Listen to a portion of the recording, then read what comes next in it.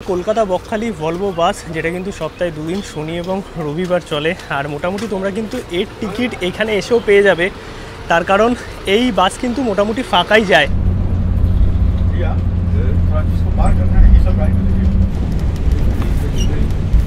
আর ট্রেনে করে আসলে যে সেই হেট্রিক ব্যাপারটা হয় ভিড়ের মধ্যে, সেটা কিন্তু একদমই লাগবে না। অবভিয়াসলি ট্রেনের খরচা অনেক কম, 25 টাকায় মাত্র তোমরা নামখানা পৌঁছে যাবে, তারপর সেখান থেকে 30 টাকায় পৌঁছে যেতে পারবে বকখালি। গুড মর্নিং সবাইকে। ঘড়িতে সময় এখন সকাল 5টা, ভোরের আলো এখনও ফোটেনি, বাট আমাদের নতুন জার্নি কিন্তু স্টার্ট হয়ে গেছে। পরপর লাস্ট যে দুটো সিরিজ দেখেছো, মেঘালয় এবং দারিংবাড়ি, দুটোই কিন্তু ছিল পাহাড়, বাট ভাবলাম দু একদিনের জন্য একটু সমুদ্রে ঘুরে আসা যাক। আর আজকে আমাদের গন্তব্য ঘরের কাছে বকখালি। মানে দু একদিনের ছুটিতে আমরা সমুদ্র মানে দীঘা যেমন বুঝি, অনেকে কিন্তু বকখালিও বোঝে, কারণ বকখালি কিন্তু শীতকালে বা পুজোর পরপর পিকনিক স্পট হিসাবে অনেক বেশি ফেমাস হয়ে ওঠে। আর ডে ট্যুর কিন্তু বকখালিতে প্রচুর পরিমাণে হয়। আর আজকে আমি যাব কলকাতা থেকে বকখালি, এবং বকখালি নিয়ে বর্তমানে তোমাদের সমস্ত ইনফরমেশান দেবো। যেতে কত টাকা খরচা হতে পারে, কোথায় থাকবে, হোটেল ভাড়াই বা কত, কি দেখবে, কি খাবে, সমস্ত ইনফরমেশান পাবে আজকের এই ব্লগে। লাস্ট অব দি ব্লগটা দেখতে থাকো। আশা করি বর্তমানে বকখালির ইনফরমেশান তোমরা পেয়ে যাবে। আর কলকাতা থেকে বকখালি যাওয়ার জন্য সবচেয়ে সুবিধা যেটা, সেটা হচ্ছে ট্রেন। শিয়ালদা থেকে তোমরা কিন্তু নামখানা লোকাল ধরে অনায়াসেই পৌঁছে যেতে পারবে নামখানা, এবং সেখান থেকে অটো ধরে বকখালি। কিন্তু অনেকেই এই ট্রেনের জার্নিটা এতক্ষণ পছন্দ করো না, তার মধ্যে ভিড় হয়, তোমরা চাও বাসের অপশান। ধর্মতলা থেকে কিন্তু এভরিডে একটা বাস সকালবেলায় চলে 7:30টার সময় এসপ্ল্যানেড এবং বকখালির মধ্যে, সেটা কিন্তু নন এসি। বাট সপ্তাহে দুদিন শনিবার এবং রোববার কিন্তু ভলভো এসি বাস চলে ধর্মতলা এবং বকখালির মধ্যে। আজকে কিন্তু সেই ভলভো বাসের ইনফরমেশানই তোমাদের দেব। লাস্ট অবধি দেখতে থাকো। ধর্মতলা থেকে শনিবার এবং রোববার সকাল 6:30টায় ছাড়ে এবং 9:45 নাগাদ আমাদের পৌঁছে দেবে বকখালি। মোটামুটি 3.5 ঘন্টা মতো লাগবে। সমস্ত জার্নির ডিটেলসও তোমরা পাবেই। আর ভাড়া হচ্ছে মাত্র 250 টাকা। চলো আগে ধর্মতলা পৌঁছাই, সমস্ত ইনফরমেশান তোমাদের দিচ্ছি, কারণ অলরেডি 5:30 বেজে গেছে। আর এই বাসে কিন্তু আমাদের কলকাতা থেকে বকখালি পৌঁছাতে সময় লাগবে 3.5 ঘন্টা মতো। সকাল সকাল কিন্তু পৌঁছে গেছি আমরা ধর্মতলা। আর এই হচ্ছে এসপ্ল্যানেড ধর্মতলা, এইদিকে হচ্ছে গভর্নমেন্টের বাসের টার্মিনাল। এইখান থেকেই কিন্তু আমাদের বাস ছাড়বে কলকাতা থেকে বকখালির। এছাড়াও কিন্তু এখানে প্রচুর বাসের অপশান পাবে। তারাপীঠ যাচ্ছে, রামপুরহাট, ঝাড়গ্রাম, আরও অনেক জায়গায় যায়। যেই কাউন্টারটা তোমাদের দেখালাম সেটা হচ্ছে নর্থ বেঙ্গলের বাসের। আর যে সাউথ বেঙ্গল বাসগুলো আছে সেগুলো কিন্তু পেছন দিকটা থেকে ছাড়ে। এই যে এখানে বকখালির নন এসি বাস দাঁড়িয়ে আছে, এটা 7:30টায় প্রতিদিন চলে। আর ভলভোটা শনি রোববার। এছাড়াও কিন্তু এই দিক থেকেও সাউথ বেঙ্গলের অনেক বাস ছাড়ছে। পেছনে হচ্ছে কাউন্টার আছে, তোমরা এসে টিকিট নর্মালিও বুক করতে পারবে, চাইলে অনলাইনেও রেড বাসের থ্রু বুক করতে পারো। এইটা হচ্ছে এসবিএসটিসির টিকিট কাউন্টার, এখান থেকে তোমরা টিকিট বুক করতে পারবে। আর শুধু বকখালি নয়, এছাড়াও কিন্তু অনেক জায়গার বাস ছাড়ে, কাকদ্বীপ, মায়াপুর, প্রচুর জায়গার বাস তোমরা এখানে পেয়ে যাবে। আর ওই পাশেরটা থেকে হচ্ছে নর্থ বেঙ্গলের বাস ছাড়ে। কলকাতা বকখালি ভলভো বাস যেটা কিন্তু সপ্তাহে দুদিন শনি এবং রবিবার চলে। আর মোটামুটি তোমরা কিন্তু এর টিকিট এখানে এসেও পেয়ে যাবে। তার কারণ এই বাস কিন্তু মোটামুটি ফাঁকাই যায়। আর এইটা কিন্তু ভলভো সিরিজের পুরনো বাস। এই দেখো দীঘার বাস ঢুকছে, তার সঙ্গে এই যে সামনের বাসটা আছে, এইটা হচ্ছে বকখালির নন এসি 7:30টায়। আর আমাদের এসি হচ্ছে 6:30টায়। আর এটা কিন্তু ভলভো 9100, এখন 9600 এসে গেছে, বাট এটা কিন্তু 9100। আর তোমাদের যে হেভি লাগেজ আছে সেটা নর্মাল ভলভোর মতোই এই নিচে যাবে। আর ছোটো ব্যাগ তোমরা ওপরে রাখতে পারবে। 2x2 সিট ক্যাপাসিটি আছে। বাসে কিন্তু উঠে গেছি, আর ভেতরে কিন্তু এসি একদম ঠিকঠাক চলছে। আর যেরকম হয়ে থাকে ভলভোতে 2x2 সিট কম্পোজিশন আছে। এইদিকে পুশ ব্যাক সিট আছে, তার সঙ্গে সুনিতার খাওয়া চালু হয়ে গেছে সকাল সকাল। আর আমরা বিস্কিট জল কিনে নিয়েছি। ওপরে ছোটো লাগেজ যাবে, বড় লাগেজ কিন্তু নিচে। আর সামনে সিটটাই নিয়েছি যাতে সুন্দর তোমাদের ভিউ দেখাতে পারি। আর তোমরা কিন্তু অনলাইনেও টিকিট বুক করতে পারবে, চাইলে কাউন্টার থেকেও টিকিট বুক করতে পারবে।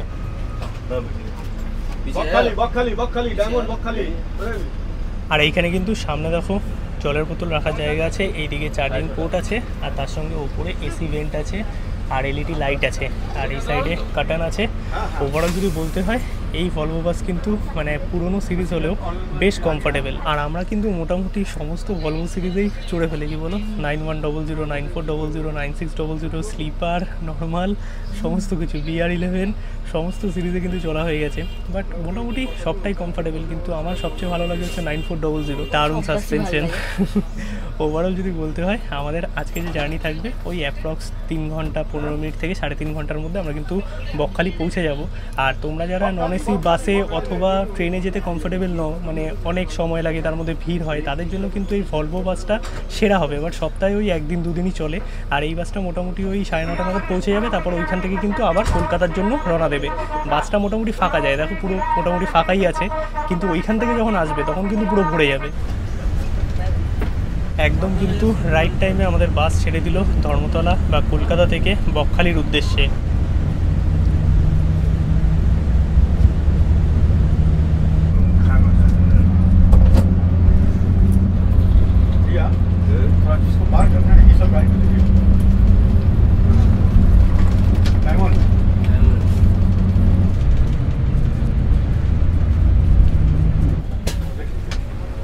কাকদ্বীপ নামখানা বকখালি, বকখালি ডায়মন্ড বকখালি।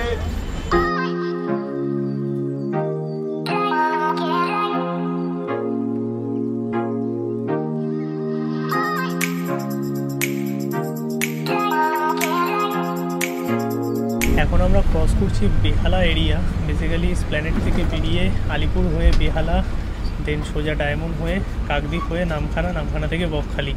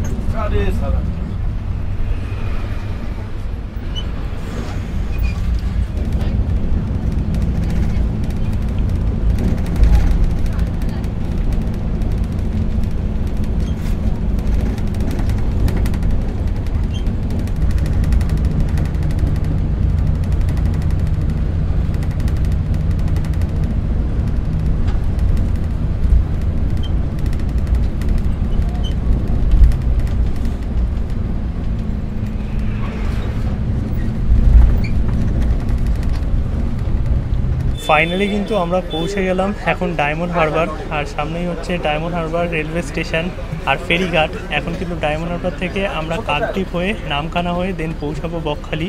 ঘড়িতে কটা বাজে এখন? 8টা। তো মোটামুটি আমরা বেরোলাম 6:30, আর এখন 8টা বাজে। আমরা আছি ডায়মন্ড হারবার। আর এই ডায়মন্ড হারবারে কিন্তু বাস কিছুক্ষণ দাঁড়ালো, তো এখানে কিন্তু 5-10 মিনিটে হল্ট দেবে। আর এখান থেকে অনেকে বোট করছে যারা নামখানার দিকে যাবে বা বকখালি যাবে। আর মোটামুটি তোমরা যদি বেহালার দিক থেকে, মানে বেহালার দিকে থাকো আর কি, সেখান থেকে বোট করতে চাও তাহলেও কিন্তু পারবে। কারণ পুরো বেহালা রুট থেকেই কিন্তু বাস আর কি বকখালি বকখালি করতে করতেই আসলো। তার কারণ বাস যেহেতু ফাঁকা, আর এখন কিন্তু মোটামুটি অনেকটাই ভরে গেছে। মানে লোকাল যারা আর কি এখানে যাতায়াত করে তারাও কিন্তু প্রচুর মানুষ এই বাসে উঠছে। বাট ট্যুরিস্ট কিন্তু যে খুব বেশি আছে সেটা নয়। এই বাসের মেন ভিড়টা হয় বকখালি থেকে কলকাতা আসার জন্য।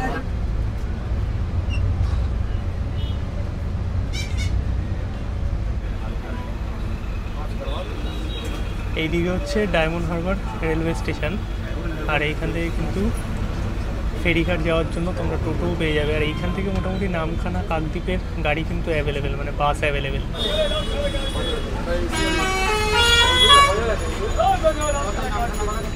ভ্যারাইটিস রকমের মিউজিক শোনা যায় এদিকে। আর এসি যা ঠান্ডা হয়ে গেছে, মানে চিল্ড এসি চলছে। এই সামনেই হচ্ছে ডায়মন্ড হারবার ফেরিঘাট। আর এইখানে এসেছিলাম হচ্ছে গঙ্গাসাগরের ক্রুজের ভিডিও করতে। আর ডায়মন্ড হারবার মানেই বুঝতে পারছো মাছ। এই দেখো পুরো ইলিশ পমফ্রেট সব কিন্তু বিক্রি হচ্ছে। এখান থেকে কিন্তু প্রচুর মানুষ এসে কলকাতাতে মাছ নিয়ে যায়। আর এখানে কিন্তু সমস্ত পার্সেলের ব্যবস্থাও থাকে। একদম ফেরিঘাটের সামনে দেখো লাইন দিয়ে বিক্রি হচ্ছে ভ্যারাইটিস রকমের মাছ, স্পেশালি বর্ষায় এখন ইলিশ। আর সামনেই হচ্ছে ডায়মন্ড হারবার নদী, ফেরিঘাট।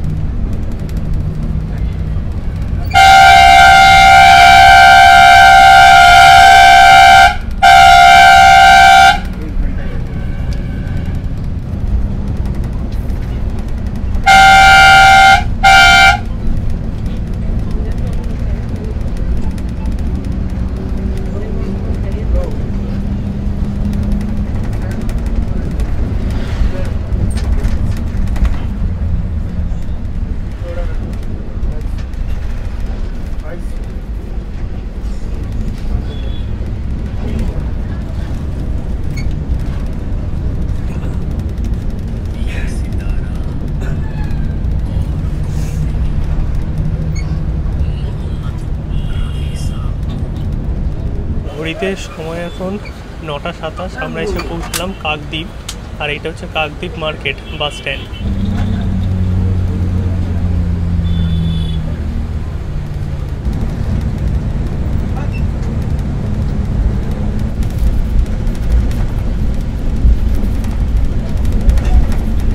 নামখানা রেলওয়ে স্টেশন পৌঁছে গেছি, ঘড়িতে সময় 9:10। আর এখান থেকেও কিন্তু তোমরা যদি ট্রেনে করে আসো তাহলে স্টেশন থেকে বেরিয়ে এই অটোগুলো করে পৌঁছে যেতে পারবে। বকখালি 30 টাকা করে নেয়।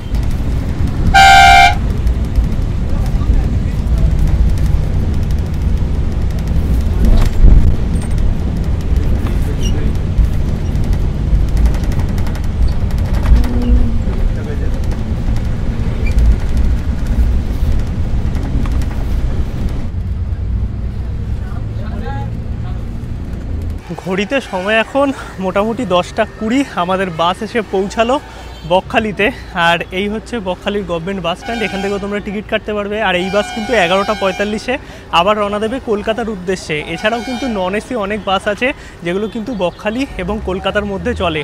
ওভারঅল জার্নি যদি বলতে হয় দারুণ ছিল।